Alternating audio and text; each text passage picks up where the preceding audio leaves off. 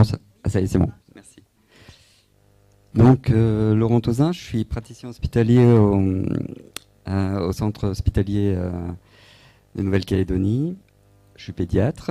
Je fais de la consultation en cardiologie pédiatrique, essentiellement jusqu'à maintenant sur les cardiopathies congénitales. Et depuis 2-3 ans, j'ai commencé à m'intéresser au rhumatisme articulaire aigu en Nouvelle-Calédonie en milieu hospitalier. Parce qu'on était en pénurie de cardiopédiatres en Nouvelle-Calédonie et je me suis retrouvé un peu seul pendant 6 mois à l'hôpital. Et j'ai découvert ce rhumatisme articulaire aigu et notamment ces cardites rhumatismales chroniques. Et j'ai été très surpris du nombre d'enfants qu'on pouvait voir en 6 mois et surtout de la gravité des valvulopathies qu'on retrouvait en milieu hospitalier. Donc, je vais vous présenter la prise en charge du rhumatisme articulaire aigu et de la cardite rhumatismale chez l'enfant en trois parties. La première, c'est la prévention primordiale.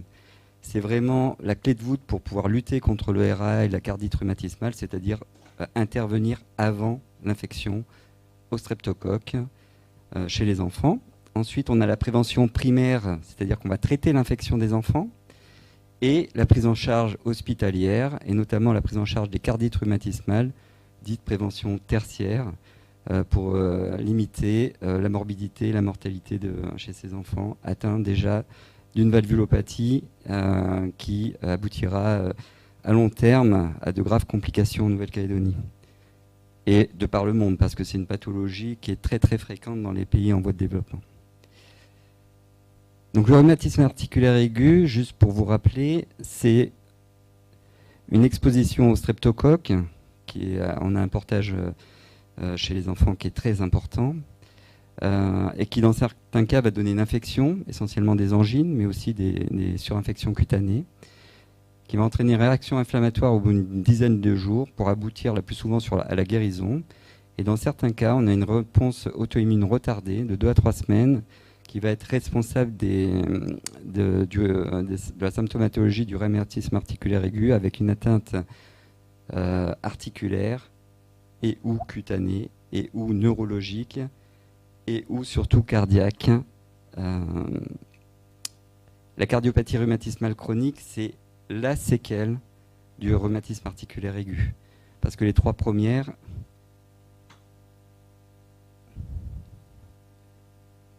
en fait vont guérir et les lésions cardiaques vont se stabiliser, voire s'aggraver, et c'est là où on parle de cardiopathie rhumatismale chronique. Donc l'agent bactérien responsable, c'est le streptocoque du groupe A. Alors il est essentiellement dû au manque d'hygiène. Donc le lavage des mains et du corps au savon est vraiment primordial pour lutter face à ce streptocoque. Au mode de vie, et notamment la promiscuité.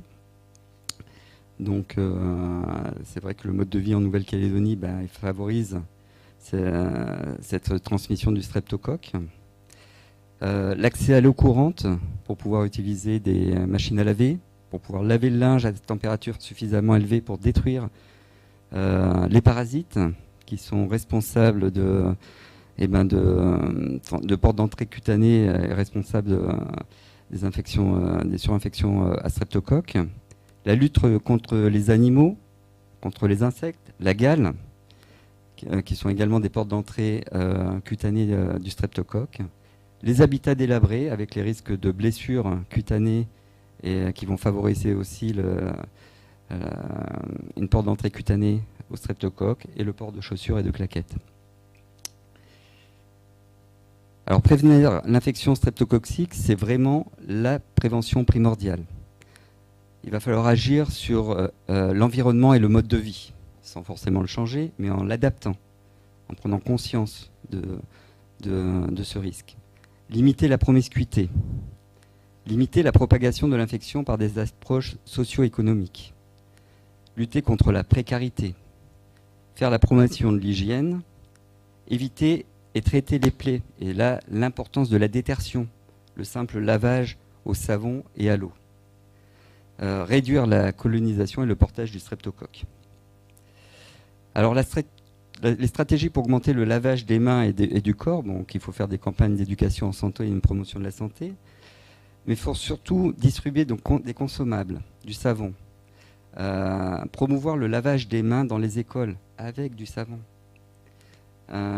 et avoir des installations de lavage partagées, parce que tous les ménages n'ont pas une machine à laver, n'ont pas forcément l'eau courante, mais on peut envisager des blocs de douche communes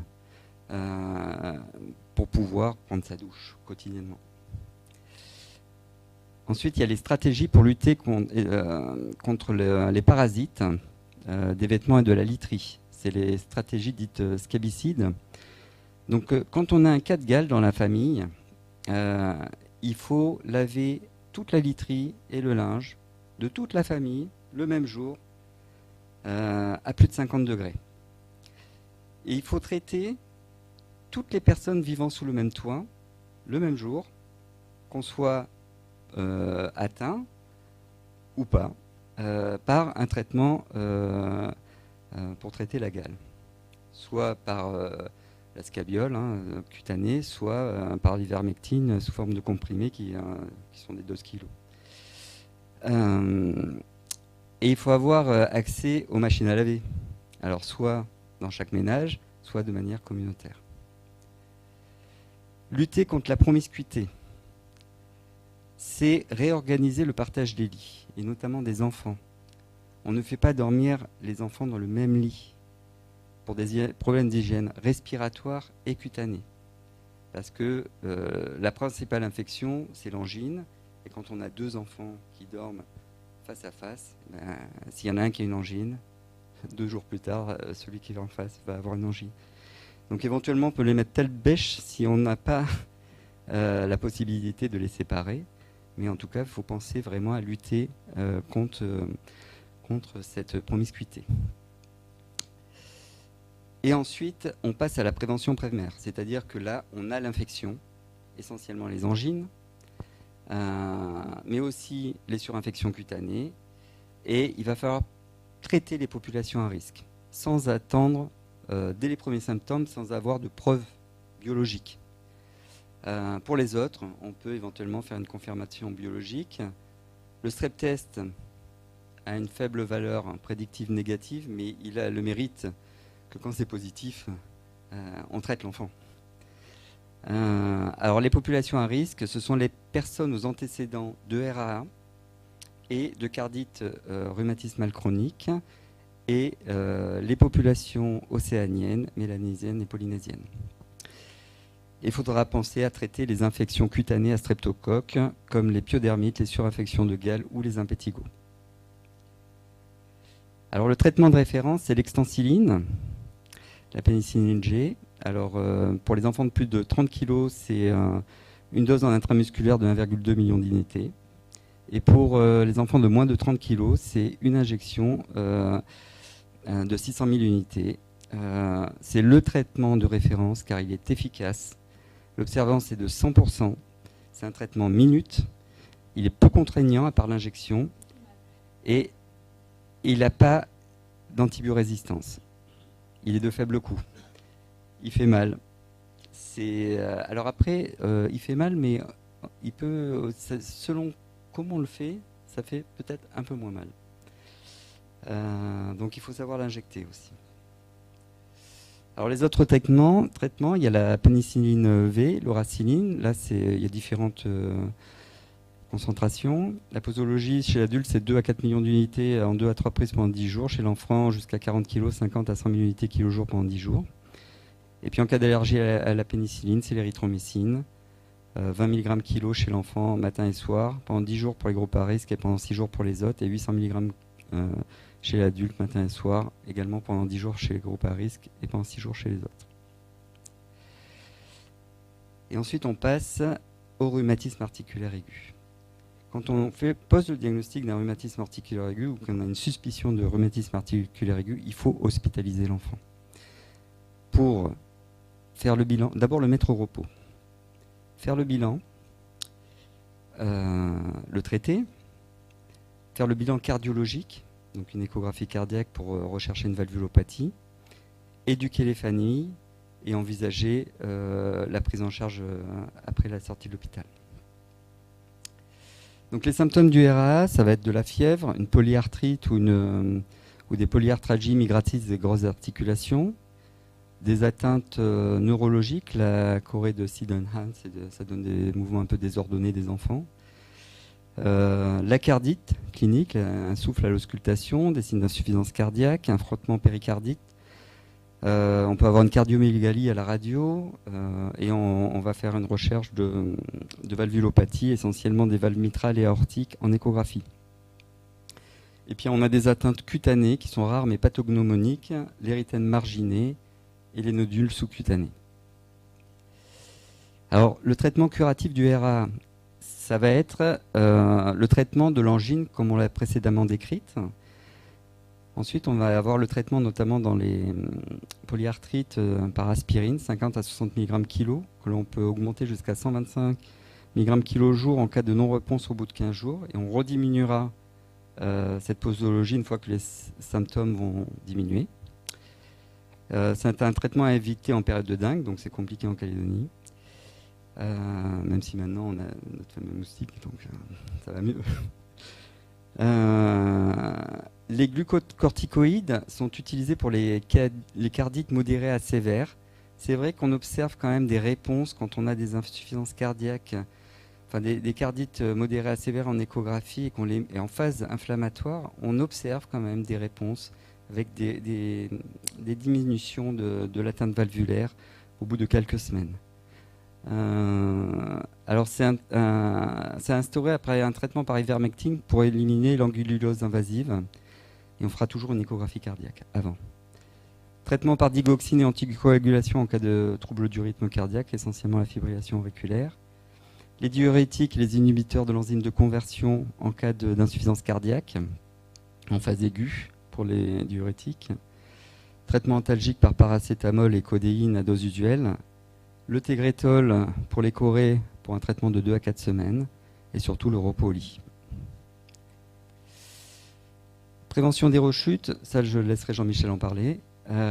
Prophylaxie par la PNIG. L'hygiène dentaire, extrêmement importante.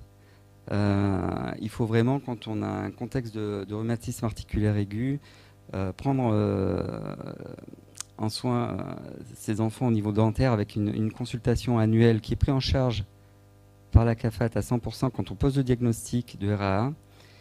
Et si on a une cardite associée, la prise en charge est étendue aux soins après accord préalable avec la CAFAT. Donc le dentiste fait une demande par mail et il a un retour de la part de la CAFAT dans les 4 jours. C'est à renouveler tous les ans. Et enfin, on arrive à la cardite rhumatismale chronique. Donc là, c'est la prévention tertiaire. Donc là, on va essayer de diminuer la morbidité, la mortalité de ces enfants. Chez l'enfant, c'est essentiellement l'insuffisance mitrale. Le mode de découverte, ça va être une dyspnée, des signes d'insuffisance cardiaque gauche, un souffle systolique doux à l'auscultation. Le traitement, en phase aiguë, on va mettre des diurétiques, et puis on va rajouter des IEC. Et si ça ne suffit pas, notamment quand on a une hypertension artérielle pulmonaire avec des pressions ventriculaires droites supérieures à 50 mm de mercure, des troubles du rythme, ou alors vraiment une dilatation importante du ventricule gauche, des cavités gauches, dans ces cas-là, il faut envisager une prise en charge chirurgicale, essentiellement en Australie. On travaille beaucoup avec l'Australie, en Nouvelle-Calédonie, et on essaiera de privilégier la plastie mitrale, mais des fois, ce n'est pas possible. Et il va falloir envisager un remplacement valvulaire, essentiellement des valves mécaniques chez l'enfant, et ça va poser le problème d'une anticoagulation à vie et une bonne compliance des parents. Ensuite, on retrouve le rétrécissement mitral, moins fréquent chez l'enfant, donc là aussi des signes d'insuffisance cardiaque gauche. Les traitements médicaux, ça va être plutôt des bêta-bloquants et des inhibiteurs calciques bradycardisants pour favoriser le remplissage du ventricule, plus ou moins des diurétiques en phase aiguë, des AVK en cas de fibrillation auriculaire avec un INR cible entre 2 et 3. Et puis le traitement chirurgical ou la plastie mitrale percutanée en cas de RM sévère. L'insuffisance aortique, c'est la dernière cardite qu'on voit chez les enfants, qui est souvent associée à l'insuffisance mitrale. Le mode de découverte, une dyspnée, une insuffisance cardiaque gauche, un souffle diastolique. Là aussi, le traitement en phase aiguë, c'est les IEC et les diurétiques. Et là aussi, on peut aboutir à un traitement chirurgical en cas d'insuffisance aortique sévère et chez l'enfant, une valve mécanique. Alors l'anticoagulation et la cardite rhumatismale chronique, essentiellement les AVK, la warfarine, la coumadine, les cibles d'INR 2 à 3 pour les fibrillations auriculaires et pour les prothèses mécaniques 2,5 à 3,5, voire 3 à 4, selon le type de prothèse ou la position. C'est une maladie à déclaration obligatoire auprès de la Direction des Affaires sanitaires et sociales de Nouvelle-Calédonie. Et je vais vous citer une étude qu'on a fait au CHT sur 396 nouveaux cas de cardiopathie rhumatismale hospitalisés entre 2005 et 2013. L'âge médian de découverte, c'était 18 ans, entre 10 et 40 ans. La population mélanésienne, c'était 71% des patients. La population polynésienne, 22%. On retrouvait un antécédent familial de RA dans 60% des cas. L'insuffisance mitrale de grade supérieur ou égal à 2 représentait 41% des patients. La sténose mitrale modérée à sévère, 22% des patients.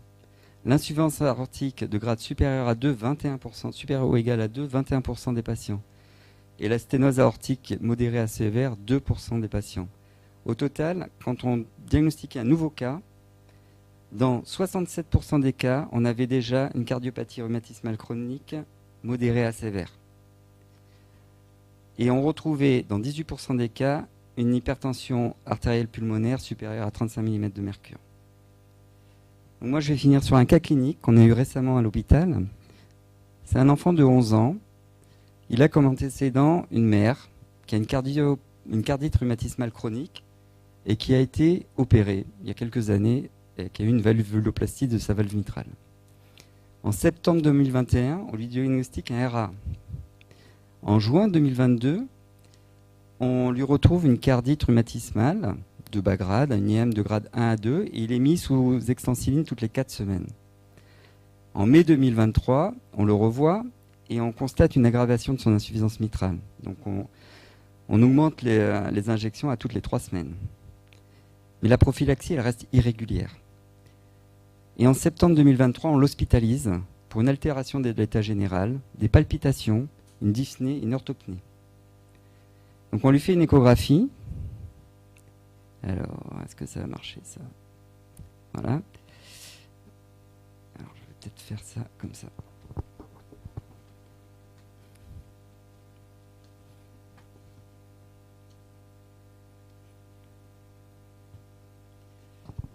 Donc là, on voit l'insuffisance mitrale majeure ici. Il y a même une deuxième fuite ici, une petite insuffisance aortique, l'insuffisance tricuspide ici, qui permet d'évaluer les PVD. Alors, l'IT, en fait, c'est plus un retentissement de l'augmentation des pressions dans l'oreillette gauche. On voit que l'oreillette gauche est très très dilatée par rapport à l'oreillette droite qui est ici. Un ventricule gauche aussi qui est dilaté par rapport au ventricule droit qui est ici. Donc, quand on fait un mode bidimensionnel, on voit en fait la grande valve mitrale ici, avec un défaut de coaptation à la fermeture, qui est responsable de l'insuffisance mitrale. Donc, en dynamie, voilà, on voit l'insuffisance mitrale. Oh, j'y arrive pas.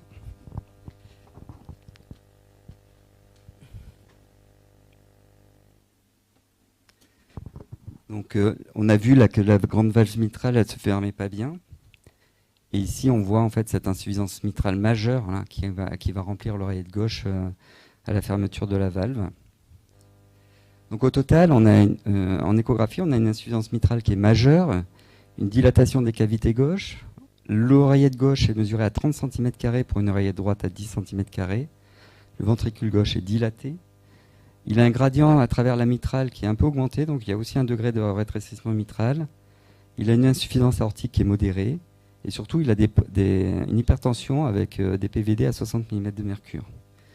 Donc sa prise en charge, repos au lit, les diurétiques, la Zilix à 10 mg 2 fois par jour, de l'aldactone à 25 mg une fois par jour. On l'a mis sous corticoïde, 2 mg kg au jour, et sous IEC, nalaprine 5 mg par jour. Et en fait, ça n'a pas vraiment arrangé la situation. Donc on l'a évassané en octobre 2023. Et il a eu en novembre 2023 une plastie de sa valve mitrale avec délamination des cordages et annuloplastie. Il a été réadressé en Nouvelle-Calédonie début 2024. Son évolution, bien sûr, est à suivre. Et c'est probablement un candidat à un remplacement valvulaire, voire bivalvulaire, probablement par des valves mécaniques à l'avenir, ce qui voudra dire qu'il faudra lui donner des AVK à vie et qu'il faudra qu'on ait une bonne compliance des parents pour la prise de ces AVK. Donc là, on voit la plastie.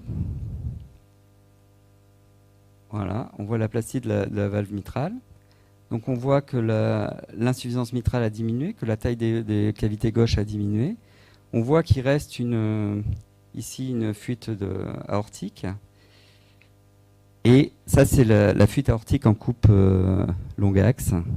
Donc on voit quand même qu'elle est modérée, mais qu'elle va être à surveiller quand même de près. Je vais passer la parole à Jean-Michel pour la poursuite de la présentation.